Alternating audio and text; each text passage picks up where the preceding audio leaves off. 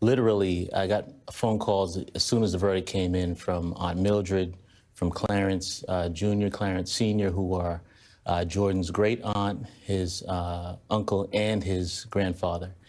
And you're talking about people who have lived through injustices during the 50s and 60s, and they've seen it before.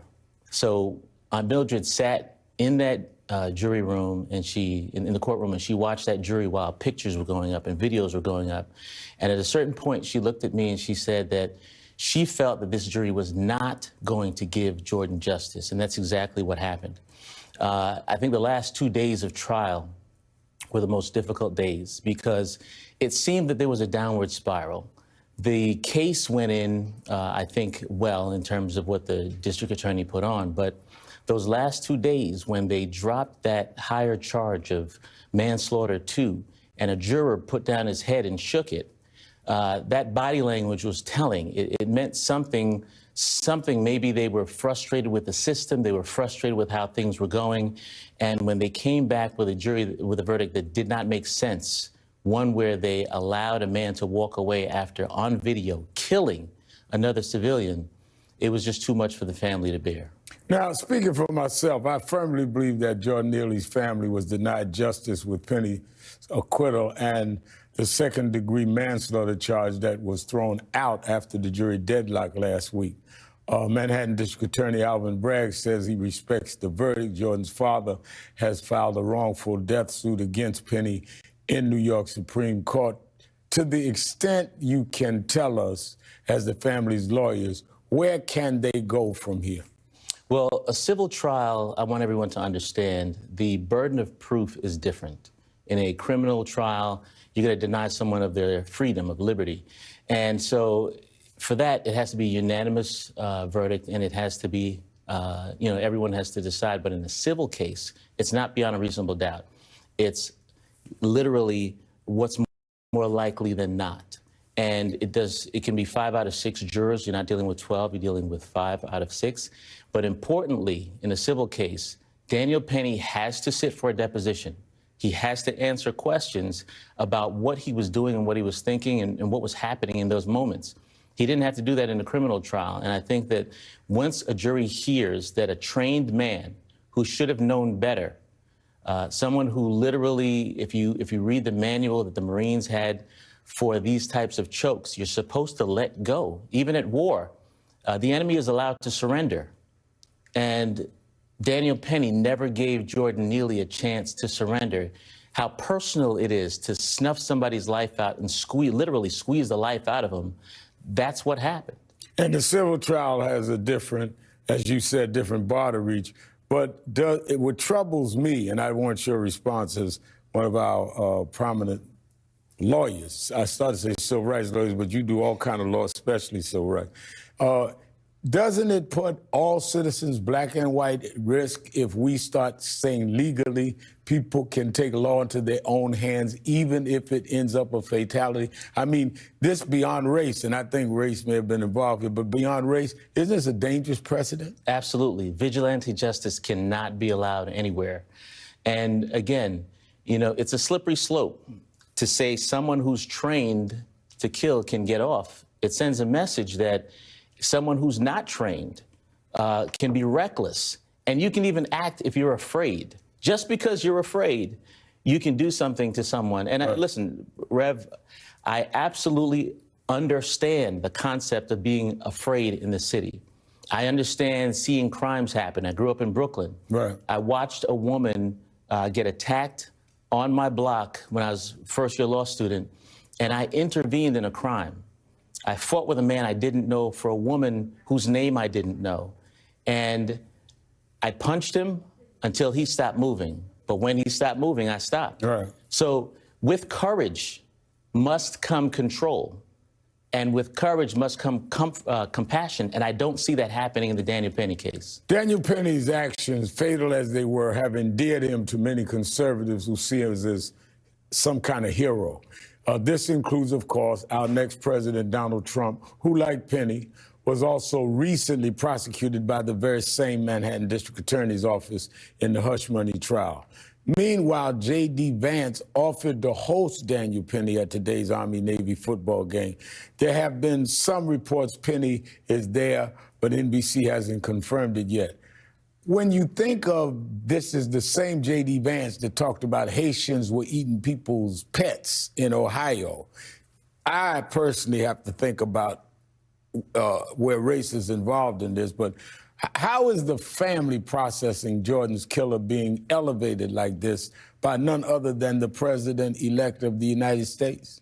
There are a few ways to look at this.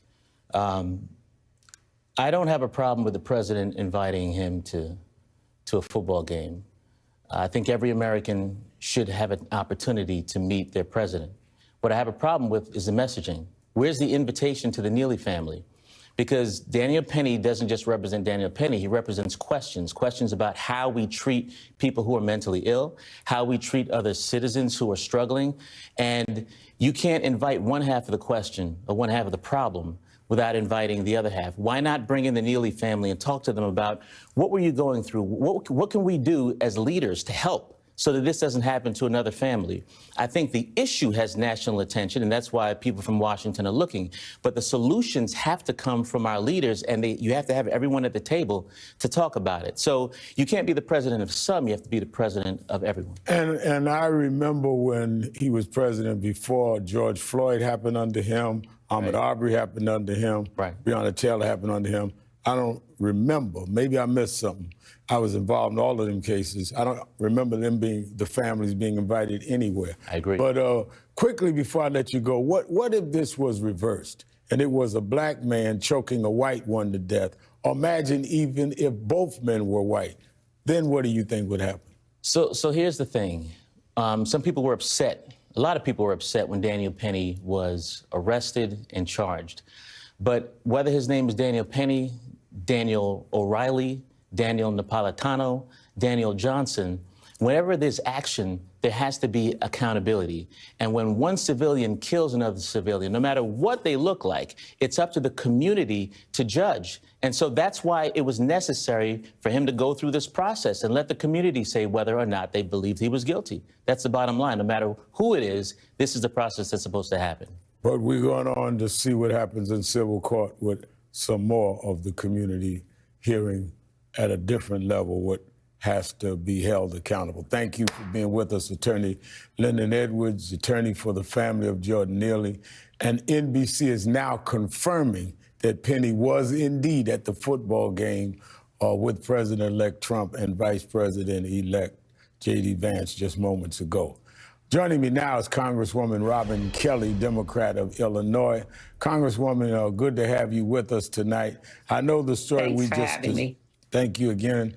I know the story we just discussed is not in your home state, but I must ask you for your general reaction as a member of the Congressional Black Caucus to Daniel Penny's acquittal and him joining President-elect Donald Trump at today's Army and Navy football game, which NBC has confirmed. Are we at risk to see more vigilante cases, in this case ending in the death of a vulnerable unarmed man and the death of vulnerable people of color under this new Trump administration? Well, I think like the old Trump administration and the new Trump administration, because of all the rhetoric, all of the us versus them, the black versus white, the good guys versus the bad guy, people feeling free to say what they want and do what they want. And as you can see, some lives are very undervalued. They're not as valued or worthy as other lives. And I think this was another case with Jordan Neely that this has played out, just like George Floyd and the others that you've mentioned. Now, this week, Trump reasserted that on his first day, he would pardon most of the more than 1,200 people who've been convicted or pleaded guilty in the attack, some of whom have admitted to assaulting police officers on January 6th. Between this and his invitation of Daniel Penny to today's game, what kind of message is Trump sending on violent vigilantism? You had violence January 6th. He's talking about pardoning some of them.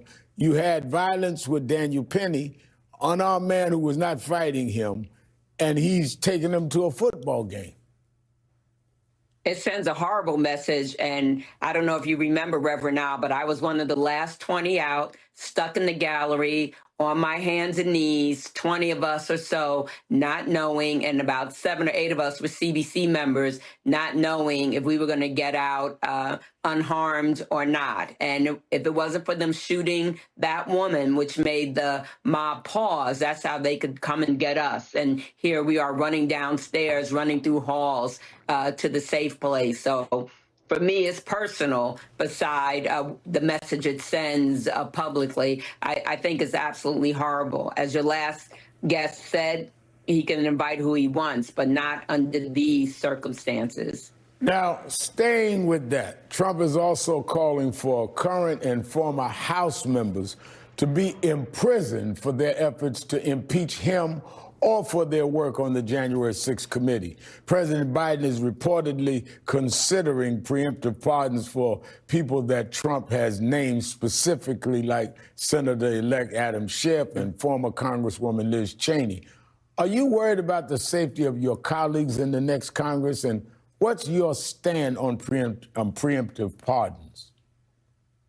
I think that President Biden should do whatever he can do. They were carrying out their duty as assigned. And yes, I'm worried about the safety of not just those colleagues, but colleagues in general. I know members of Congress right now who had to be taken to the grocery store with police escorts, and having people come outside of their homes. This has been going on over this last Congress, and I'm sure somewhat before, but it has only amped up since January 6th. So it's not new. It's been going on, and there's been more incidences against Congresspeople or threats than probably has happened in a long time. So it's happening currently.